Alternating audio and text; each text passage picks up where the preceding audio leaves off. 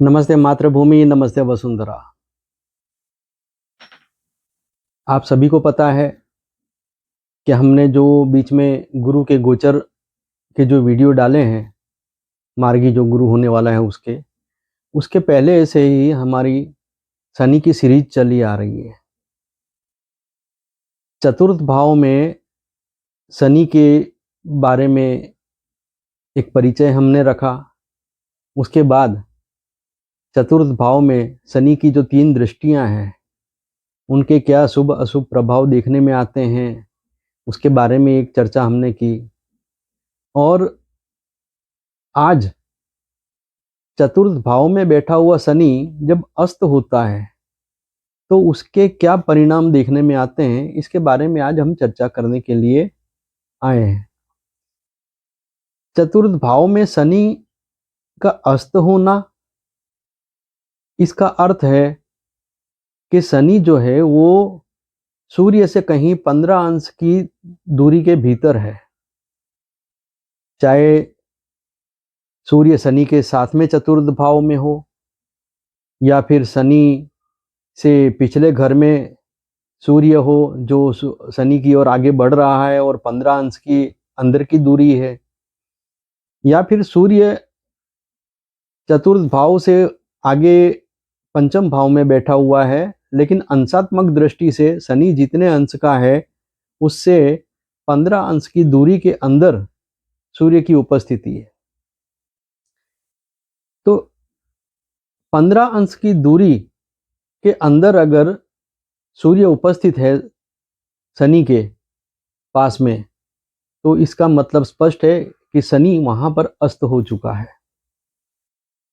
आप सभी को पता है चतुर्थ भाव अगर हम काल पुरुष कुंडली के अनुसार देखते हैं तो चतुर्थ भाव का स्वामी चंद्र होता है।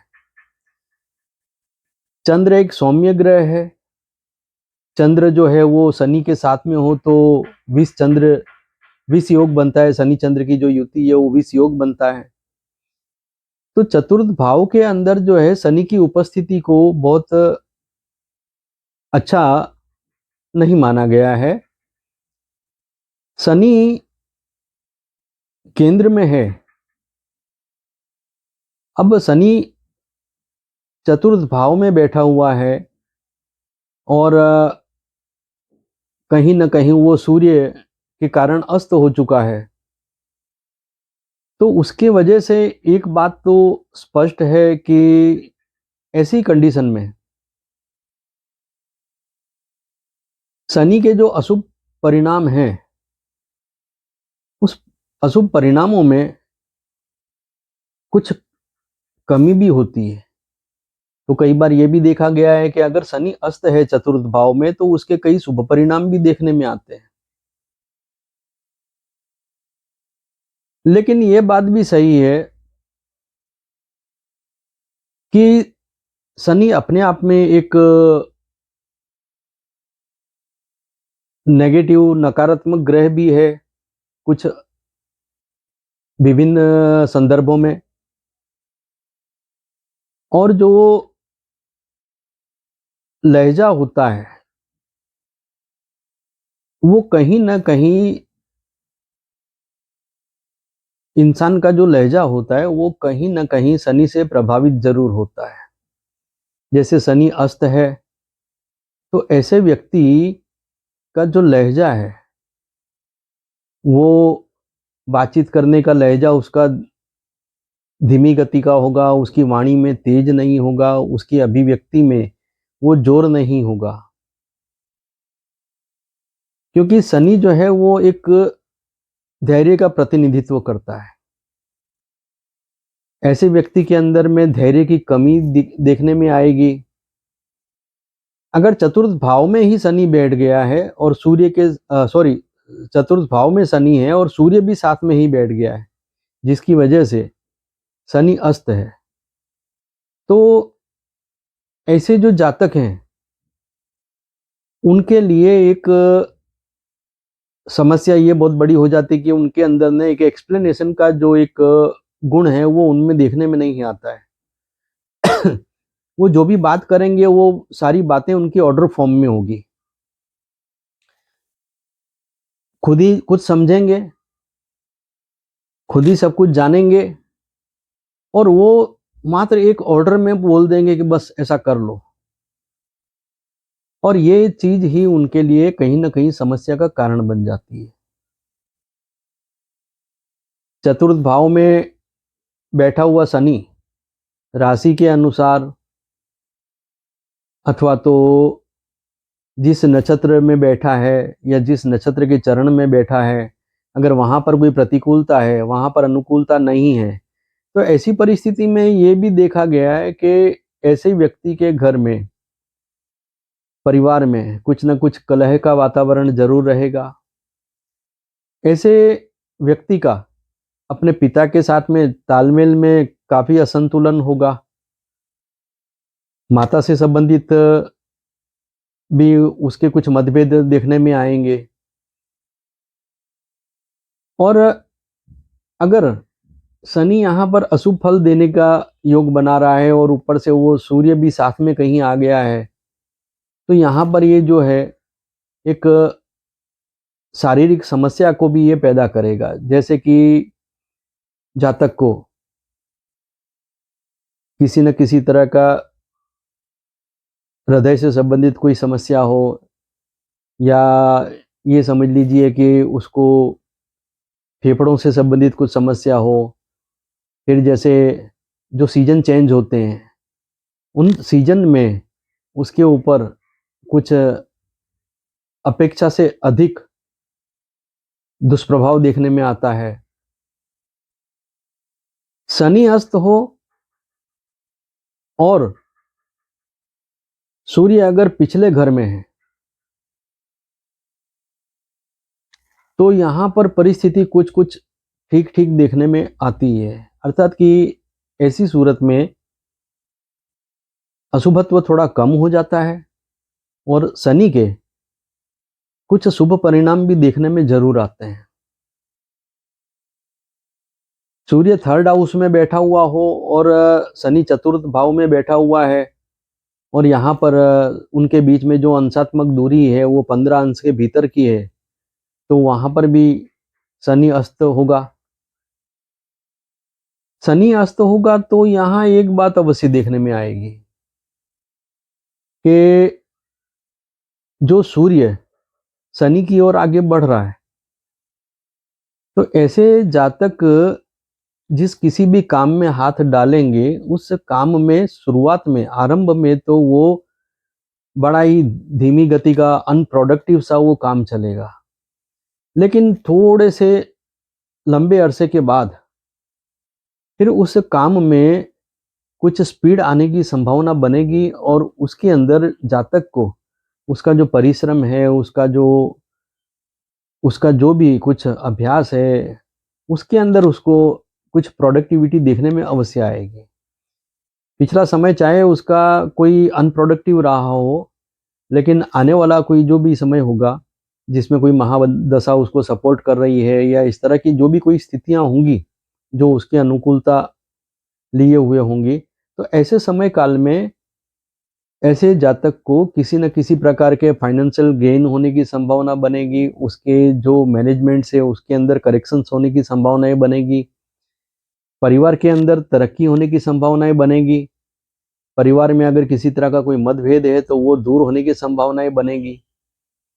तो यहाँ पर पीछे से जो सूर्य अस्त कर रहा है शनि को, अर्थात कि थर्ड हाउस में बैठा हुआ सूर्य जो चतुर्थ भाव में बैठे हुए शनि को जो अस्त कर रहा है, तो यहाँ पर कोई भी कार्य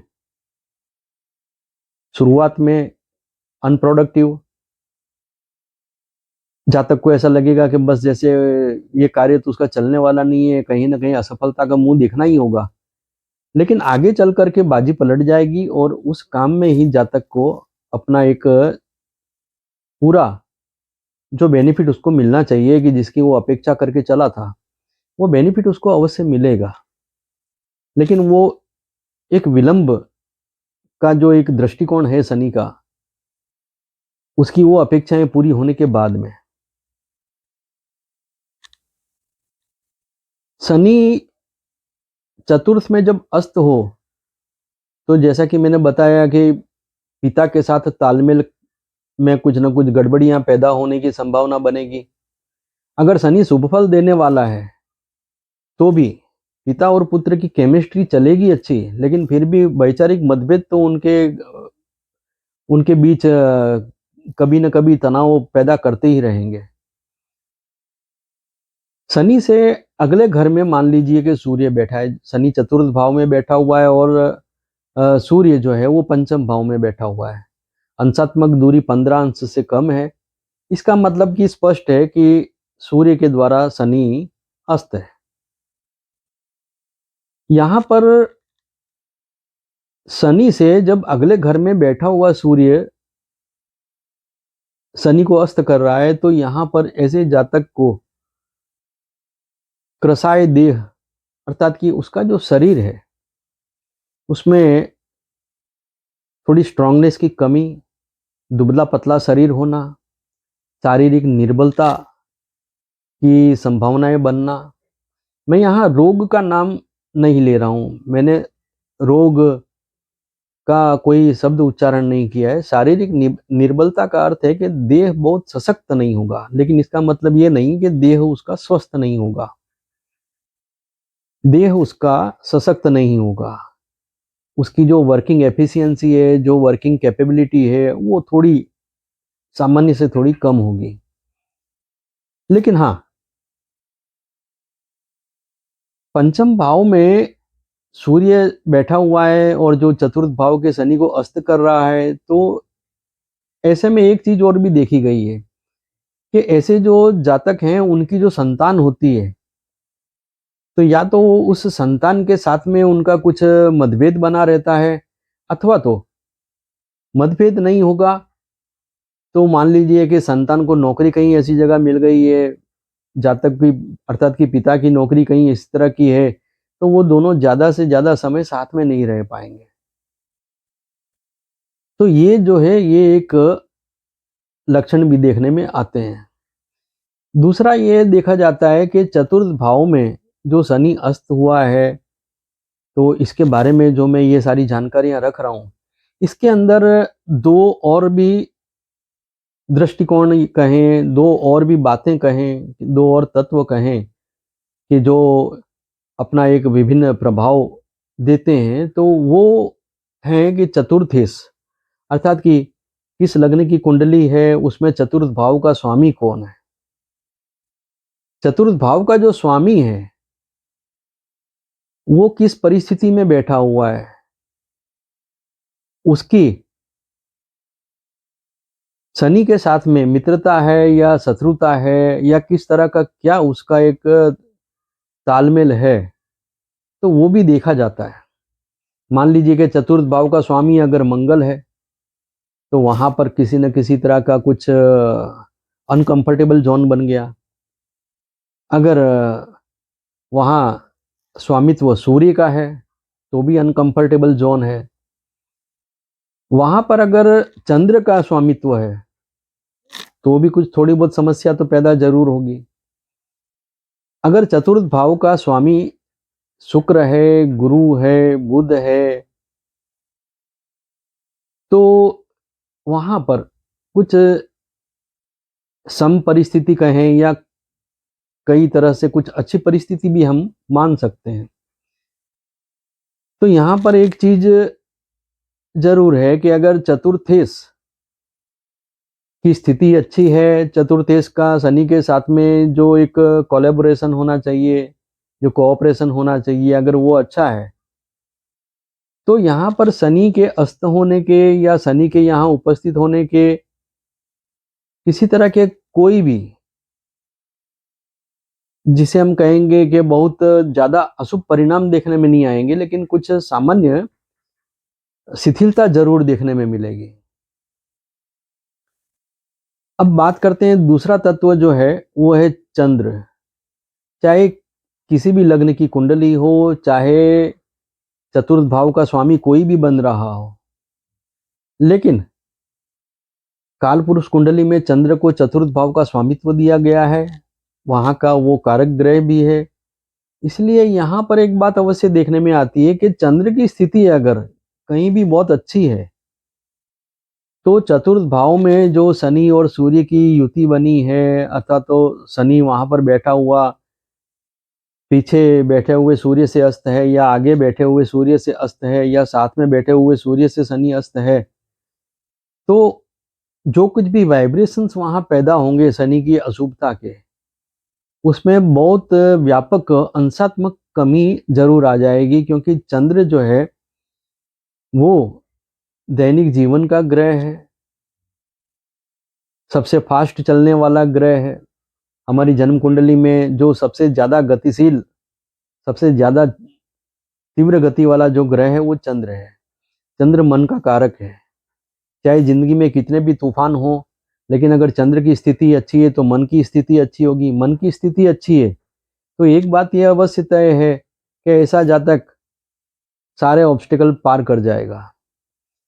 तो ये जो दो बातें हैं कि चतुर्थेश की स्थिति अच्छी और दूसरा चंद्र की स्थिति अच्छी, तो यहाँ पर इन बातों का विशेष ध्यान रखना जरूरी है कि जब हम आकलन करते हैं तो उस आकलन के अंदर हमें यह ध्यान रखना होगा। चतुर्थेश जो है, अगर वो अच्छी पोजीशन में है तो भी शनि के अस्त होने के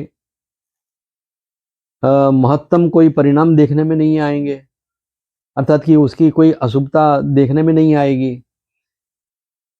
चंद्र अगर अच्छी परिस्थिति में है, चतुर्थेश अच्छी परिस्थिति में है, अगर दोनों के दोनों अच्छी परिस्थिति में है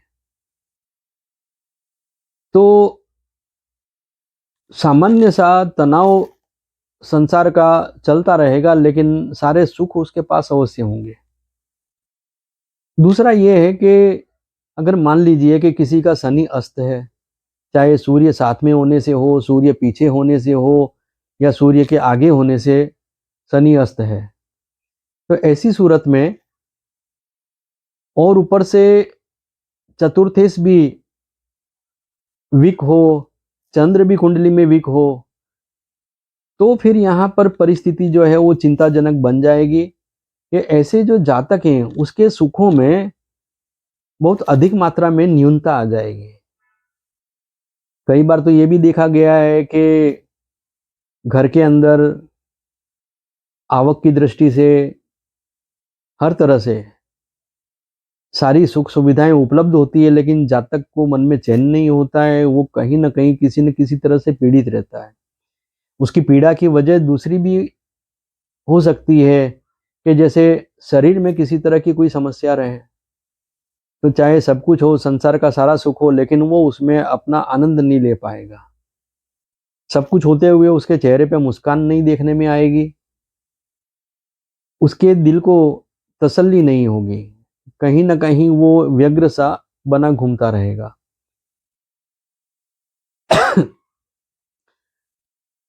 शनि जब अस्त होता है और मान लीजिए कि सूर्य आगे है, उससे अगर शनि अस्त हुआ है, तो ये बात भी देखने में आती है कि जातक ने जो कुछ भी ज्ञान पाया है, कितना भी उच्च कोटि का उसने ज्ञान पाया हो, कितना भी उसने, उसके घर में कितनी भी अच्छी संतानें पैदा हुई हों, लेकिन कहीं ना कहीं उस संबंधित क्षेत्र में, अर्थात कि जैसे संतान से संबंधित जो सुख हो गए, जो ज्ञान जो विद्या उसने हासिल की है उससे संबंधित जो कोई सुख हो गए, तो उसमें कहीं ना कहीं कमी जरूर बनी रहेगी। ये एक और बात है कि ऐसे व्यक्ति को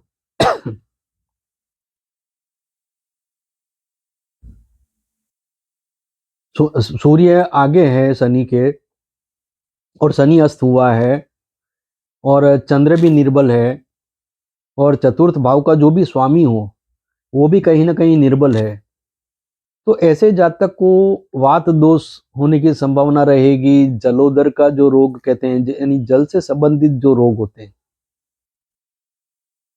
उसकी उस रोग बनने की संभावना रहेगी। हृदय रोग, हार्ट डिसीज हम जिसे कहते हैं, ये सब संभावनाएं रहेगी। तो ये जो रोग बनने की संभावनाएं बन सकती है। इसके साथ साथ दूसरी कुछ और समस्याएं पैदा होंगी, जैसे कि पिता का स्वास्थ्य अच्छा नहीं हो तो वो एक चिंता का कारण बने, खर्च का कारण बने।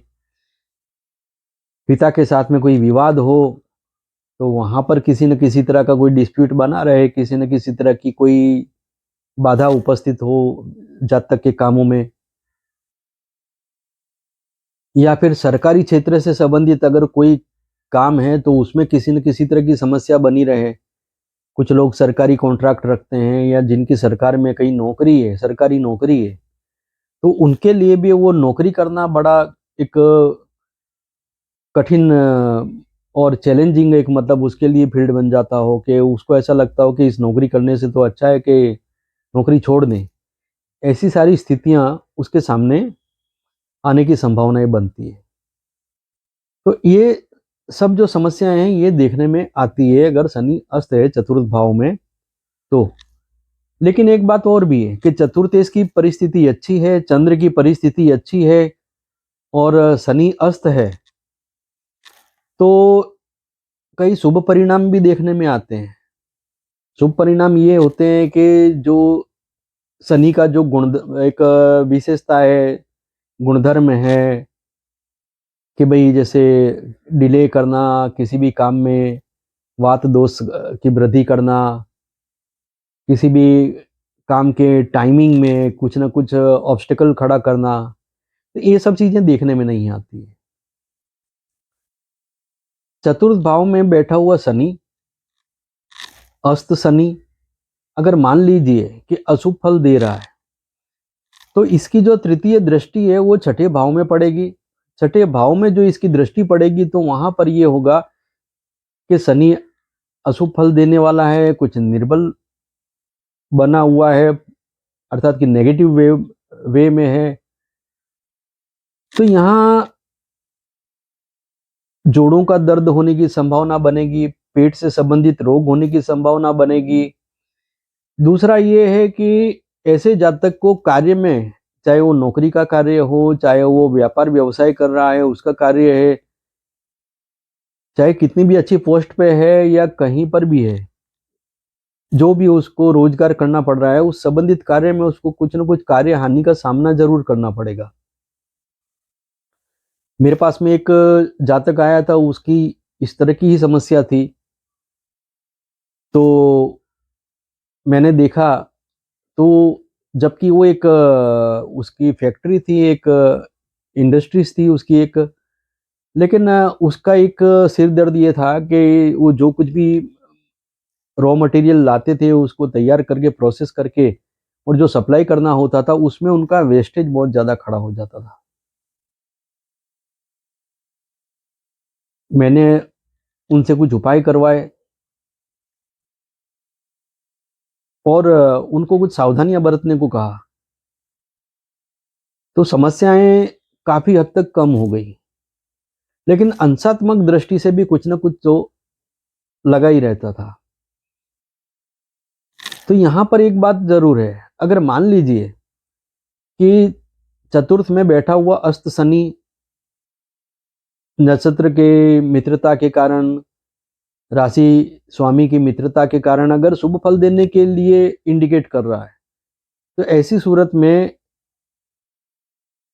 संघर्ष और तनाव जो है ये तो सामान्य सा बना रहेगा। लेकिन हाँ, किसी भी कार्य में सफलता उसकी निश्चित है। चाहे वो कोई भी काम कर ले, छोटा काम उठा ले, बड़ा काम कर ले, जो भी काम कर ले, उसके अंदर वो तनाव और संघर्ष, उन दोनों को तो वो फेस करेगा ही करेगा। लेकिन हाँ, सफलता अवश्य पाएगा। ऐसे समय में व्यक्ति को विशेष ध्यान रखने की ये जरूरत पड़ती है कि जब भी शनि अगर अस्त शनि अगर शुभ फल दे रहा है तो यहाँ पर कहीं न कहीं जातक को लापरवाही, आज का काम कल पे डालना, इन सब बातों से बचने की जरूरत बहुत ज़्यादा पड़ेगी। शनि की सप्तम दृष्टि की अगर हम बात करते हैं तो शनि की जो सप्तम दृष्टि है वो दसम भाव पर पड़ती है। दसम भाव पर जो शनि की दृष्टि पड़ती है तो यहां पर अगर मान लीजिए कि शनि के शुभ परिणाम मिल रहे हैं तो बहुत अच्छी बात है कि कामों में विलंब जरूर होगा लेकिन काम सफल बहुत होंगे और बहुत अच्छे तरीके से सफल होंगे। इंसान जिस किसी काम में हाथ डालेगा उस काम में उसकी संलग्नता बहुत अच्छी रहेगी। कार्य धीमी गति से करेगा लेकिन वो जो कार्य करेगा उसके मुकाबले में कोई दूसरा व्यक्ति उस कार्य को उस तरीके से नहीं कर सकता। अर्थात कि जो रिजल्ट जिसकी आशा रखनी चाहिए वो हर कोई व्यक्ति उस रिजल्ट को ला करके खड़ा नहीं कर सकता। अगर मान लीजिए कि वहां पर बैठा हुआ शनि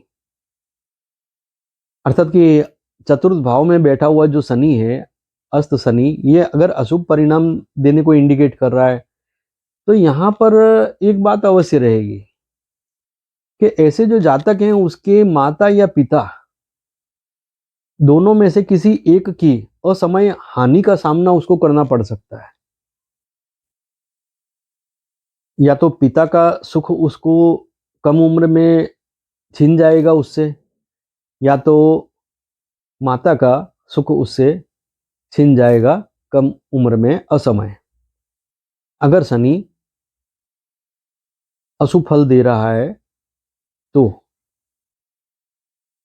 यहां शनि का जो शुभत्व है अगर मान लीजिए कि ये शनि शुभ फल दे रहा है और सप्तम में जो दृष्टि है तो इसका एक परिणाम ये देखने में आएगा कि माता और पिता दोनों का सुख तो उसको अच्छा मिलेगा क्योंकि शनि अगर अच्छा परिणाम देने के लिए बैठा हुआ है कुछ इंडिकेट कर रहा है तो चतुर्थ भाव में है और सप्तम दृष्टि जो है वो दसम भाव में है। यहां पर एक बात अवश्य बनेगी कि शनि का जो शुभत्व है वो माता को भी बल देगा माता के आयुष्य में वृद्धि करेगा और पिता के आयुष्य में भी वृद्धि करेगा लेकिन माता या पिता दोनों में से किसी एक के स्वास्थ्य में कुछ निर्बलता देखने में जरूर आएगी। तो चतुर्थ भाव में बैठा हुआ अस्त शनि इसकी दृष्टि जो सप्तम दृष्टि जो दसम भाव पर पड़ेगी उसका इस तरह का परिणाम भी देखने में जरूर आएगा। दूसरा ये कि दसम भाव में जो दृष्टि पड़ रही है चतुर्थ भाव में बैठे हुए अस्त शनि की अगर ये अशुभ परिणाम यहाँ देखने में आते हैं तो ऐसे व्यक्ति का जो कारोबार है उसके अंदर अप्स एंड डाउन्स बहुत देखने को मिल सकते हैं। नौकरी अगर व्यक्ति करता है तो बार बार नौकरी का छूटना कहीं पर टिक करके काम नहीं कर पाना जबकि व्यक्ति में योग्यता की कोई कमी है ऐसा नहीं है लेकिन कहीं ना कहीं कुछ ना कुछ ऐसा जरूर कोई संजोग खड़े होते हैं कि या तो उसको नौकरी वहां से छोड़नी पड़ती है या मान लीजिए गवर्नमेंट जॉब में है तो फिर उसका बार बार ट्रांसफर होगा ट्रांसफरेबल जॉब होती है तो फील्ड वर्क ज़्यादा होता है तो ऐसे में व्यक्ति जो है वो कभी जैसे ऑफिस में कभी टिक करके बैठ नहीं पाएगा। जिस किसी सिटी में रह रहा है तो उस सिटी में बहुत ज़्यादा लंबा टाइम तक वो नहीं रुक पाएगा। इस तरह की समस्याएं बहुत देखने में आती है। शनि अगर अशुभ फल दे रहा है चतुर्थ भाव का अस्त शनि तो दसम में जो दृष्टि पड़ रही है इसमें एक चीज और है कि व्यक्ति कहीं ना कहीं अपनी जिम्मेदारियों से भागने का मन बार बार बना लेता है और ये उसकी सिचुएशन को और ज्यादा क्रिटिकल से क्रिटिकल करता हुआ चला जाता है। कई बार तो ये होता है कि चतुर्थ में बैठा हुआ अस्त शनि शुभ परिणाम देने के लिए भी बाध्य है इंडिकेशन दे रहा है कि वो शुभ परिणाम देगा लेकिन फिर भी अगर जातक स्वार्थी होकर के और इस तरह से विचार करे कि मुझे ये काम करना नहीं करना है जबकि उसकी जिम्मेदारी बनती है तो यहाँ पर जो शुभ फल देने वाला शनि है उसके जो शुभ फल है उसमें भी काफी कमी आ जाएगी। नहीं तो चतुर्थ में बैठा हुआ शनि अगर शुभ फल परिणाम शुभ फल देने की बात कर रहा है, शुभ परिणाम देने की बात कर रहा है, तो ऐसे व्यक्ति के जातक की जो संपत्ति है उसमें धीमी गति से वृद्धि होना, धीमी गति से वो एक धनवान व्यक्ति बनना, ये सब संभावनाएं बहुत प्रबल होती है। तो यहाँ इन बातों का ध्यान रखना बहुत जरूरी है। फिर हम बात करते हैं कि शनि अगर अस्त है चतुर्थ भाव में, तो उसकी जो दसम दृष्टि है, वो दसम दृष्टि जो पड़ती है लग्न भाव पर पड़ती है। मान लीजिए चतुर्थ भाव में जो राशि है वो शनि के लिए प्रतिकूल है, जिस नक्षत्र में बैठा है वो प्रतिकूल है, और ऊपर से लग्न का जो स्वामी है वो भी शनि के लिए प्रतिकूल है। तो इस स्थिति में सबसे बड़ी समस्या तो ये जरूर बन जाएगी कि व्यक्ति शारीरिक रूप से, निर्णयात्मक दृष्टि से, अर्थात कि बौद्धिक रूप से वो काफी कमजोरी महसूस करेगा। अपने शरीर से जो काम ले पाना चाहिए वो नहीं ले पाएगा। अपनी बुद्धि, अपने ज्ञान का जो एक सदुपयोग कर पाना चाहिए वो नहीं कर पाएगा। तो ऐसी सब सिचुएशंस देखने में बहुत जरूर आती है, बहुत आती है। शनि यदि अस्त है और उसकी दृष्टि लग्न में पड़ रही है, और लग्न का जो स्वामी शनि का मित्र है, तो ऐसी सूरत में ये जरूर होगा कि कहीं न कहीं व्यक्ति अपने विवेक को सुदृढ़ रखने में, अपने निर्णयों पे अडिग रहने में सफल जरूर हो जाएगा। ऐसे जो जातक हैं, अगर उनका लग्न वृषभ लग्न है, मिथुन लग्न है, कन्या लग्न है, तुला लग्न है, मकर लग्न है, कुंभ लग्न है, तब तो ऐसे जातकों के सामने जो भी समस्या आएगी उस समस्या का समाधान भी उसके सामने जरूर आएगा, चाहे थोड़ा जल्दी आ जाए, देर से आ जाए, लेकिन उसको किसी तरह के जो भी वो प्रयास करेगा उस प्रयासों में उसको सफलता अवश्य मिलेगी। और वो चाहे अपने जाने हुए तरीके से या अनजाने तरीके से, किसी भी तरह से वो सही दिशा में ऑटोमेटिक चला जाएगा। ऑटोमेटिकली उसके प्रॉब्लम जो है वो सॉर्ट आउट होते हुए चले जाएंगे। और अगर मान लीजिए कि जो मेष लग्न के जातक हैं, कर्क लग्न के जातक हैं, सिंह लग्न के जातक हैं, धनु लग्न या मीन लग्न के जातक हैं, वृश्चिक लग्न के जातक हैं, तो ऐसे जो जातक है इनके लिए जो भी समस्याएं आएंगी, या तो वो समस्याएं बहुत लंबे समय तक उनको परेशान करेंगी, परिस्थितियां उनकी जो है बड़ी विकट बनी रहेंगी लंबे समय तक। मान लीजिए कि कोई विशेष महत्वपूर्ण कार्य है तो वो अधर में लटका रहेगा, बहुत जल्दी सॉल्व नहीं होगा। और जिस समय अगर सॉल्व हुआ भी तो उस समय भी ये परिस्थिति होगी कि ऐसे जातक को उसका वो स्वाद नहीं आएगा। जैसे किसी के लिए बहुत अच्छे अच्छे पकवान बनाए हैं, लेकिन जिस समय उसको भूख थी उस समय खाने को नहीं दिया गया, और बाद में जब उसके सामने रखा गया उसके पहले वो कहीं और से कुछ ना कुछ व्यर्थ की चीजें मतलब जो है वो खा चुका है, या अब उसका मन अब वो रहा नहीं, वो चीज जो एक उसकी इच्छा थी, जिस समय जो प्रबलता थी वो चीज नहीं रही, तो वो जो स्वाद है, जो एक रस है, वो उसको नहीं मिलेगा।